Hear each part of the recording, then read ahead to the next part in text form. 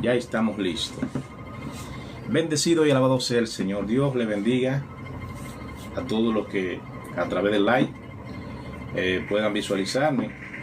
En esta hora yo quiero compartir una palabra. Es la palabra de Dios, la palabra de vida, una palabra de salvación, palabras que son fieles y verdaderas, no son historias ni tampoco son teoría humana, sino palabra de Dios, fieles y verdaderas. Y yo quisiera en este día compartir esta palabra basada en el libro de Eclesiastés, capítulo 11 en adelante. Vamos a hacer un análisis en esta base bíblica. Vamos a llegar hasta el 12 también, pero vamos a hacer un análisis muy importante en esta lectura bíblica, no sin antes dar gracias al Señor por su palabra, por su bondad, por su misericordia, porque somos más que bienaventurados y privilegiados de poder ver un nuevo día y poder aún morar entre los vivos. Cada día que podemos ver es una oportunidad que Dios nos da para los que no están, en sus prados, en sus caminos, se pongan a cuenta con Él. Amén. Porque son muchas las personas que se acuestan con planes para otro día y lamentablemente la vida no le alcanzó y no han podido ver el nuevo día, no han podido cumplir con los compromisos que tenían para ese día próximo. Y nosotros que estamos aquí somos más que bienaventurados y privilegiados. Sin más preámbulo, voy a dar lectura a la palabra, la cual la voy a leer en el nombre del Padre, del Hijo y del Espíritu Santo. Y dice lo siguiente así. Yo me voy a ir a la altura del versículo 9 del capítulo 11. Y esta palabra es un consejo para los jóvenes. Y dice lo siguiente. Consejo para la juventud. Alégrate, joven, la palabra de Dios la voy a leer en el nombre del Padre, del Hijo y del Espíritu Santo. Alégrate, joven, en tu juventud y tome placer tu corazón en los días de tu adolescencia y anda en los caminos de tu corazón y en la vista de tus ojos. Pero sabe que sobre todas estas cosas Dios te juzgará. Quita pues de tu corazón el enojo y aparta de tu carne el mal, porque la adolescencia y la juventud son vanidad. Nosotros podemos entender que la vida que nosotros tenemos, muchos entendemos que después que somos mayores podemos hacer con nuestra vida lo que queramos en nuestra vida, pero la realidad es otra. La vida que nosotros tenemos le pertenece a Dios. Dios nos la ha dado, nos la ha otorgado, pero no para que hagamos con ella lo que nosotros queramos, sino todo ser humano aquí en la tierra ha nacido con un propósito de parte de Dios. Ahora bien, muchos son los que han decidido hacer con su vida lo que bien les parece. Otros han acatado el llamado de la reconciliación hacia Dios a través de su Hijo amado, nuestro Señor y Salvador Jesucristo, el cual Dios envió hace más de 2000 años en rescate de toda la humanidad. Dios le prometió a Abraham que en él toda la familia de la tierra serían benditas. Pero esto es a través del reconocimiento, como dice en Juan 3:16, que de tal manera amó Dios al mundo que envió a su Hijo unigénito para que todo aquel que en él crea o en él cree no se pierda, sino que alcance la vida eterna. En Eclesiastés nos da el consejo y le dice, le habla a los jóvenes: acuérdate, joven, de tu Creador en los días de tu juventud. Le dice claramente: disfruta, haz lo que tú quieras, tú puedes hacerlo. Pablo dijo: todo me es lícito hacerlo, pero no todo me conviene. No todo conviene al hombre. Y ahí podemos ver, bendecido sea el Señor, que Dios le está dando un consejo al hombre. Y vamos a ir más adelante. Decía que nuestra vida no es para que nosotros hagamos con ella lo que queramos, sino para ponerla a disposición del que nos la prestó. La vida es prestada y un día tendremos que dar cuenta a Dios por lo que hemos hecho con ella. Amén. Los que decidieron hacer lo que le diera su regalada gana o su deseo con ella tendrán que darle cuenta de igual manera. Pero cuán bueno sería dar buenas cuentas al propietario. Entonces Eclesiastés 11:9 aconseja al hombre, al joven, a la mujer, a la joven, que tenga en cuenta a su Creador, que todo tiene su tiempo y al final del camino tendremos que dar cuenta todos a Dios por esta vida que nos ha dado, que nos ha permitido morar entre los vivos. Por eso Él nos recomienda y nos aconseja: acuérdate de tu Creador en los días que tú seas útil, que tú puedas hacer algo para Dios. ¿Pero cómo qué? Bueno, yo antes me preguntaba, cuando yo no era cristiano y oía hablar de Dios y oía de su palabra, pero no era cristiano, yo decía: ¿qué yo estoy haciendo para Dios?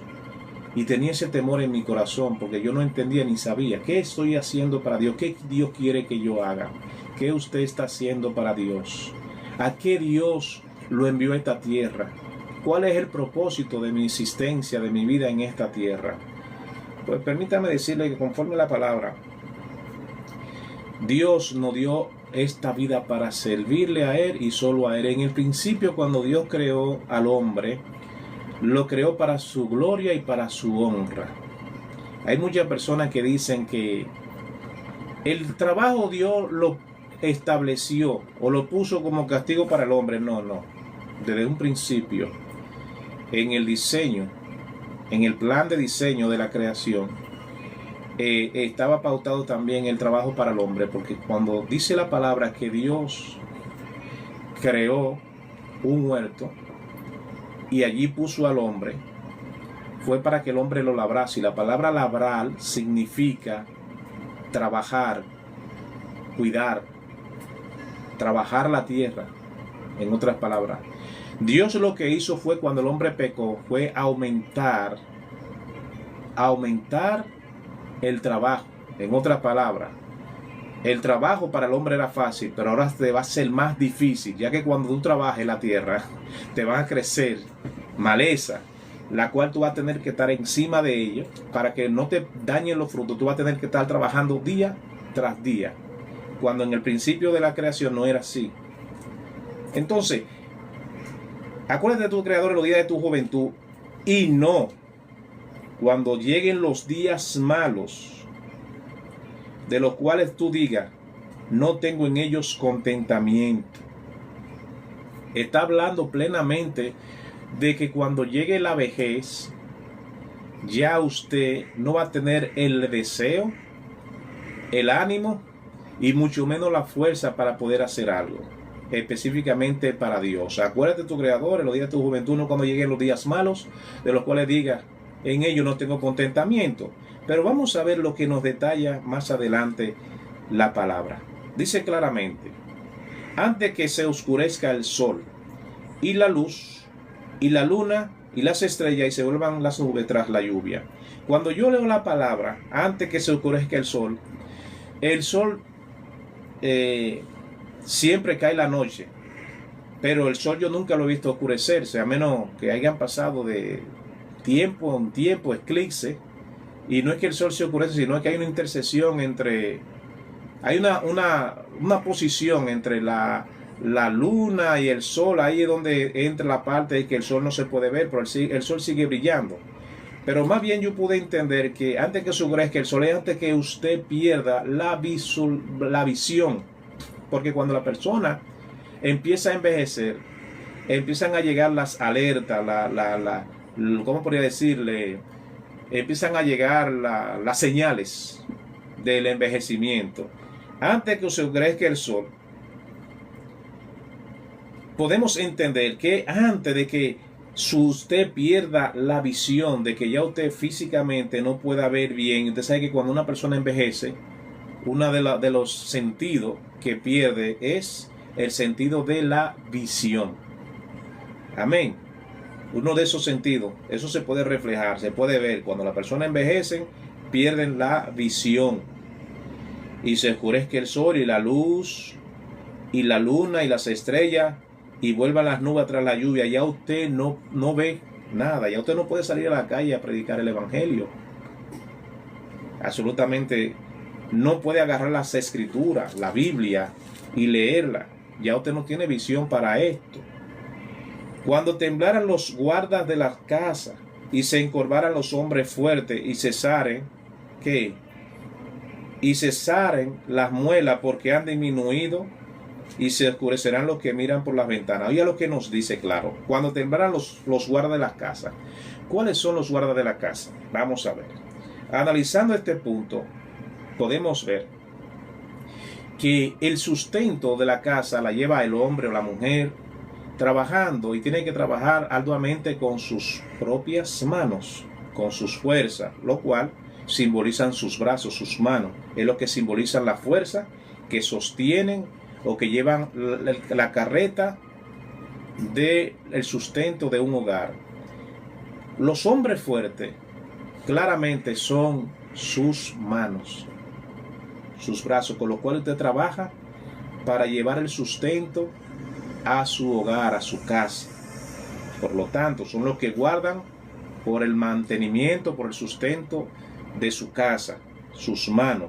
Pero también dice cuando se encorvaran los hombres fuertes.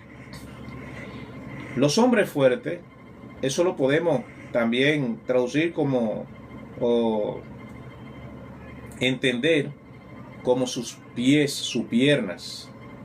Cuando una persona envejece, empieza a perder su fortaleza física, sus manos empiezan a temblar, ya no tiene la estabilidad, la fuerza que tenía antes cuando era un hombre joven, cuando era una mujer joven, sino que sus brazos empiezan a perder fuerza, empiezan a perder textura muscular y empiezan entonces a temblar. Ya usted no puede hacer los trabajos que hacía cuando era joven, ya no puede hacer esa misma función. Y entonces cuando los hombres fuertes lo temblaran los guardas de la casa, que son sus piernas, también sus piernas pierden esa fortaleza de poder estar erguido, pues cuando era joven. Ahí podemos ver que ya la vejez está tocando su puerta, su corazón, su vida.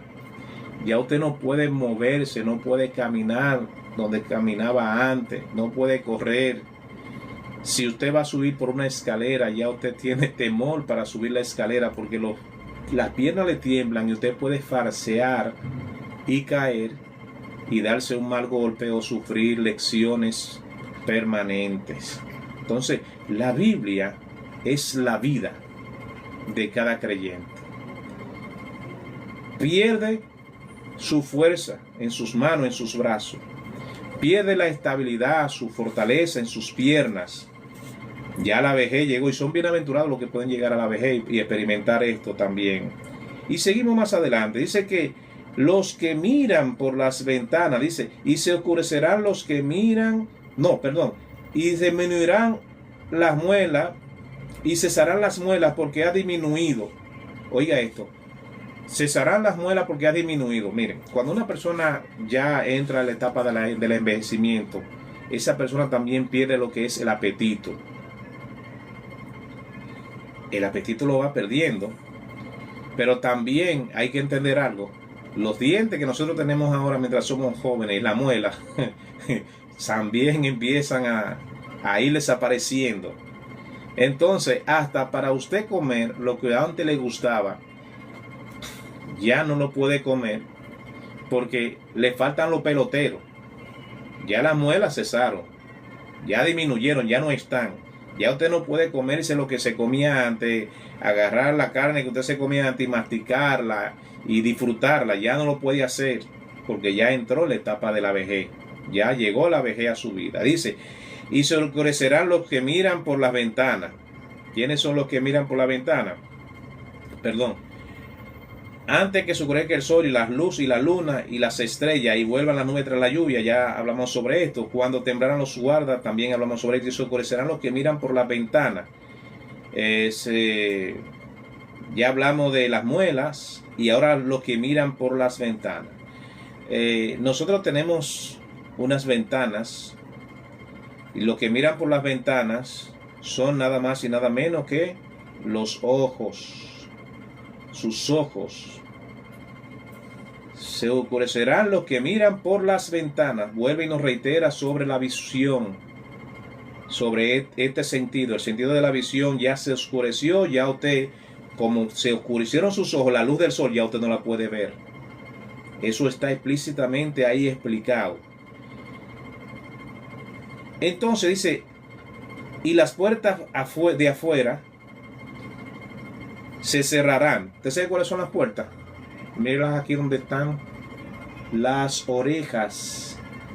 Ese otro sentido que se va apagando poco a poco. El sentido auditivo. Tenemos el visual. El auditivo también se va cerrando, va perdiendo la capacidad auditiva hasta que queda sordo. Ya tiene dos sentidos que no le funcionan correctamente.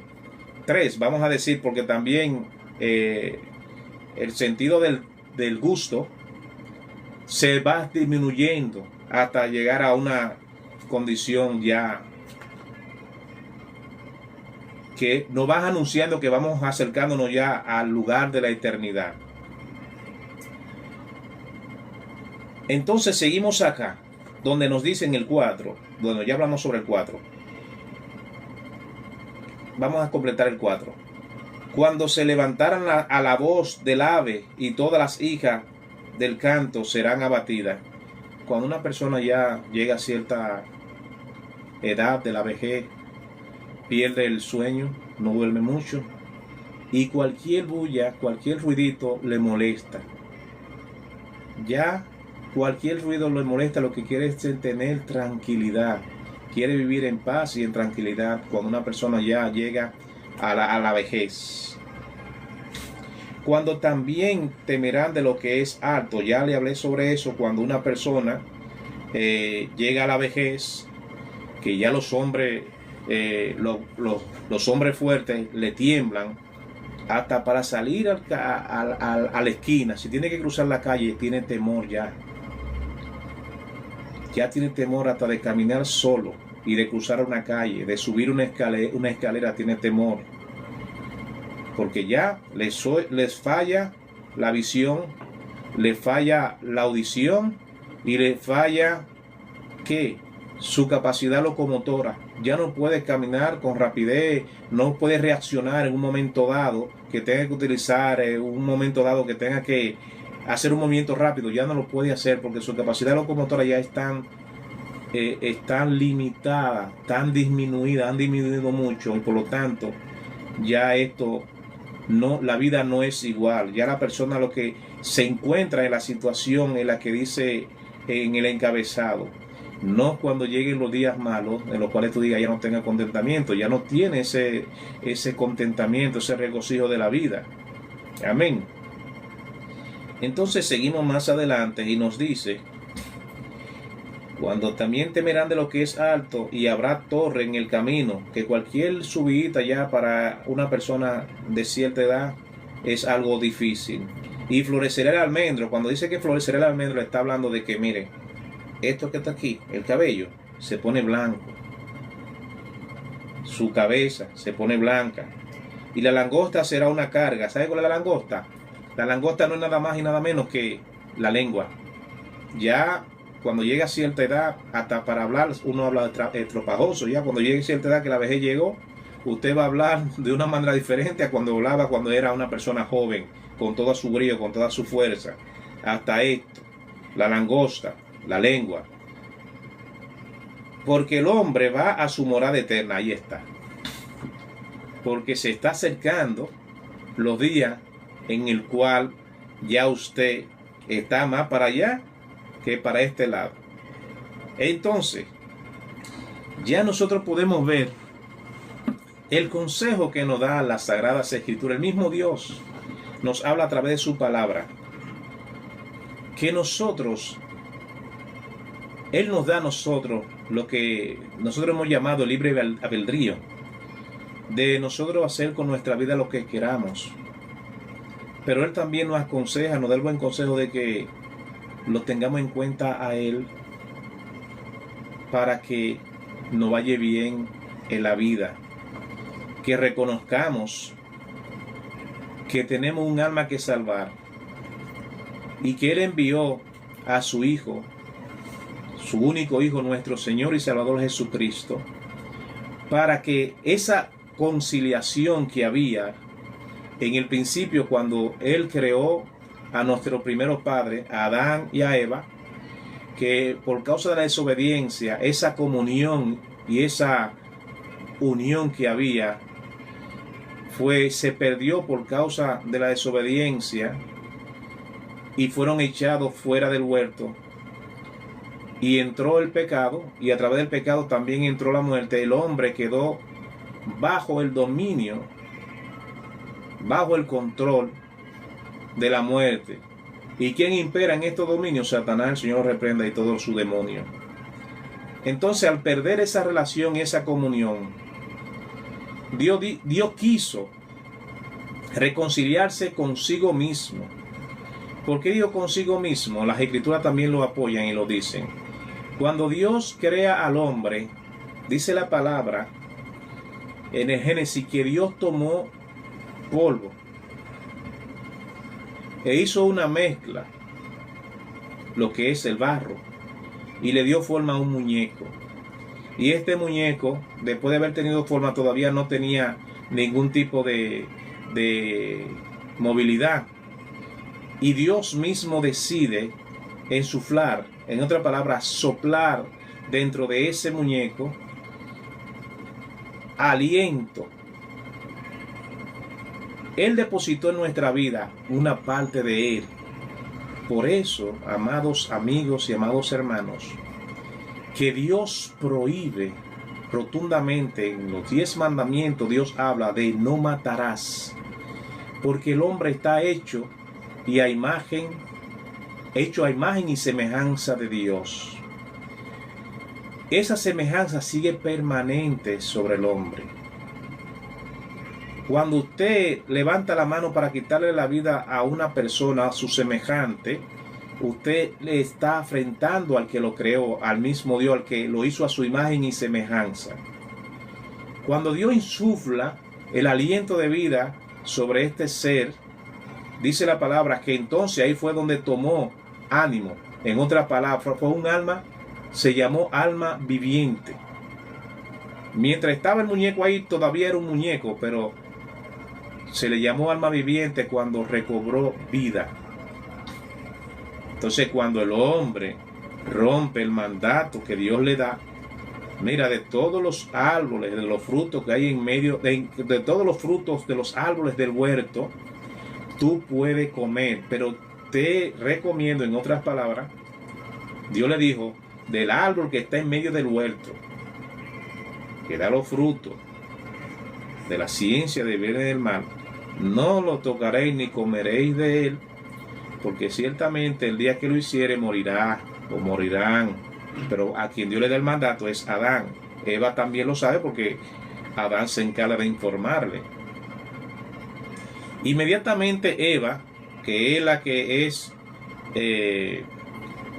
a través de la serpiente, ella es engañada, seducida, arrastrada al engaño. Como Adán le había dicho a Eva que el día que lo tocara y lo comiere iban a morir, ella come el fruto porque ella sintió esa curiosidad de alcanzar la sabiduría. Pero también vio que era agradable a la vista y extiende su mano, lo toma y come. Y aparentemente ella ve que no muere. Llega al marido, Adán, y ella también le da. Yo me imagino, no que la Biblia lo registra, pero yo me imagino que ella le dice, mira, Adán, a nosotros se nos dijo que en el momento en que lo tocásemos o comiésemos de él íbamos a morir, y a mí no me ha pasado nada. Y le extiende y le da también a él, y dice que él, al igual que ella, sin refutar palabra alguna, también comió. ¿Quién es más culpable, Adán o Eva? Bueno, los dos son culpables. 50 y 50 forman el 100, porque también los dos eran una sola carne. Mientras Eva come el fruto, no pasa absolutamente nada, no acontece nada. Pero cuando a Eva le da a Adán el fruto, que Adán come el fruto, entonces dice la palabra que fueron abiertos sus ojos. Cuando el hombre come, se completa el ciclo.